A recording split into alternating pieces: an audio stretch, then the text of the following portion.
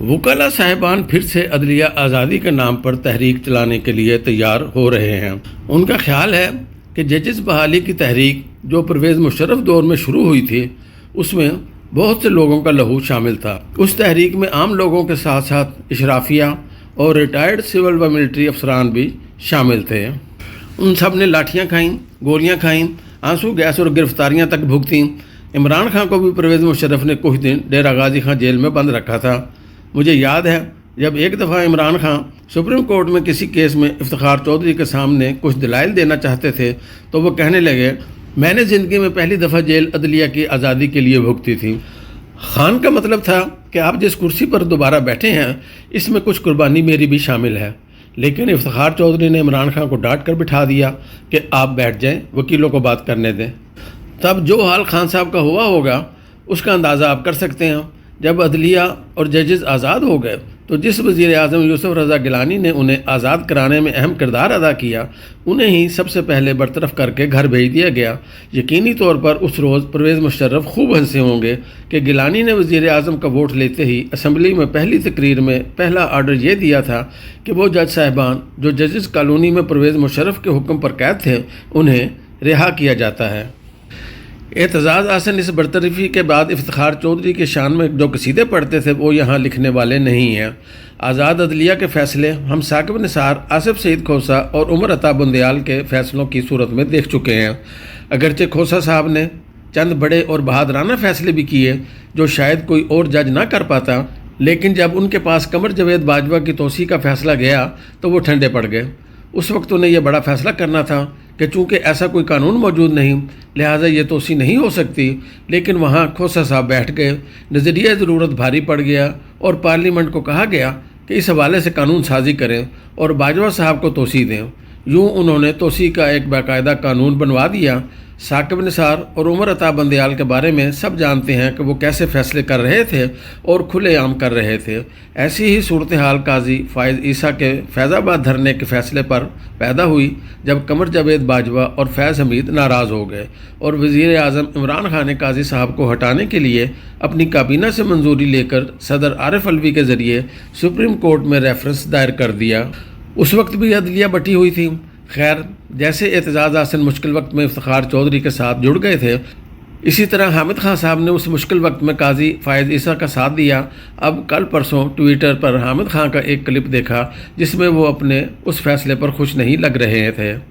میں نے ٹویٹر پر ہی اس کا جواب لکھا کہ قسمت دیکھیں، 2 جج اور 2 ان کے حامی وکیل، ان دونوں کی اپنی اپنی پسندیدہ ججز سے مایوسی کی کہانی بڑی دلچسپ ہے۔ یہ کوئی راز کی بات نہیں کہ اعتزاز احسن افتخار چودھری کو بحال کرانے کا کریڈٹ لیتے ہیں۔ ججز بحالی کے بعد زرداری صاحب نے بابر اعوان کو پیچھے کر کے اعتزاز احسن سے صلح کر لی تھی تاکہ وہ افتخار چودھری سے $60 ملین منی لانڈرنگ کیس پر سوئس حکومت کو خط لکھنے والے ایشو پر ریلیف لے کر دیں۔ جب وزیر اعظم یوسف رضا گیلانی پر توہین عدالت کا کیس بنا تو اعتزاز احسن ان کے وکیل بن گئے۔ اعتزاز احسن شاید یہ سوچ کر افتخار چودھری کے سامنے پیش ہوئے کہ افتخار چودھری ان کا لحاظ کریں گے اور ان کی بلے بلے ہو جائے گی کہ وزیر اعظم کو بچا لیا، لیکن وہ گیلانی صاحب کو برطرفی سے نہ بچا سکے اور یوں اعتزاز احسن افتخار چودھری سے ناراض ہو گئے۔ حامد خان بھی اب اسی سوچ کا شکار ہے کہ میں نے قاضی فائز عیسیٰ کا اس وقت ساتھ دیا تھا جب میری پارٹی کی حکومت نے ان کے خلاف ریفرنس فائل کیا تھا۔ اس بات پر وہ خان صاحب سے ناراض بھی ہو گئے۔ اب ان کی خان صاحب سے صلح ہو گئی ہے اور انہوں نے حامد خان کو سینیٹر بنا دیا ہے، لہٰذا اب قاضی فائز عیسیٰ میری وکالت پر عمران خان کو ریلیف دے دیں۔ اعتزاز احسن نے بھی گیلانی صاحب کو ریلیف نہ ملنے پر اپنی رائے بدل لی تھی کیونکہ زرداری صاحب نے انہیں یہ ٹاسک دیا تھا، جیسے اب عمران خان نے حامد خان کو ٹاسک دیا ہے کہ قاضی فائز عیسیٰ سے ریلیف لے کر دو جس کی تم بڑی حمایت کرتے تھے۔ اعتزاز احسن کی طرح اب حامد خان نے بھی عمران خان کو ریلیف نہ ملنے پر اپنی رائے بدل لی ہے۔ اگر اعتزاز احسن اور حامد خان دونوں ذاتی ایشوز پر نہیں بلکہ اصولی طور پر افتخار چودھری اور قاضی فائز عیسیٰ کی حمایت کر رہے تھے تو انہیں شرمندہ ہونے یا اپنی رائے بدلنے کی ضرورت نہ تھی۔ حامد خان اس لیے قاضی فائز عیسیٰ کے ساتھ کھڑے تھے کیونکہ عمران خان کے 3.5 سالہ دور حکومت میں انہیں سائڈ پر کر دیا گیا تھا، لہٰذا جب عمران خان نے قاضی فائز عیسیٰ کے خلاف ریفرنس فائل کیا تو وہ عمران خان سے ناراضی کی بنیاد پر قاضی فائز عیسیٰ کے ساتھ کھڑے ہو گئے۔ حامد خان کو یہ بھی غصہ تھا کہ ان کے پروفیشنل رقیب بابر اعوان اور فواد چودھری اس وقت تحریک انصاف حکومت میں فرنٹ سیٹ پر تھے، جبکہ حامد خان کو سیٹ چھوڑے عمران خان نے اپنے اقتدار کی بس تک میں سوار نہیں کیا، لہٰذا حامد خان قاضی فائز عیسیٰ کی حمایت خان صاحب سے ناراضی کی وجہ سے کر رہے تھے، نہ کہ کسی اصول کی بنیاد پر۔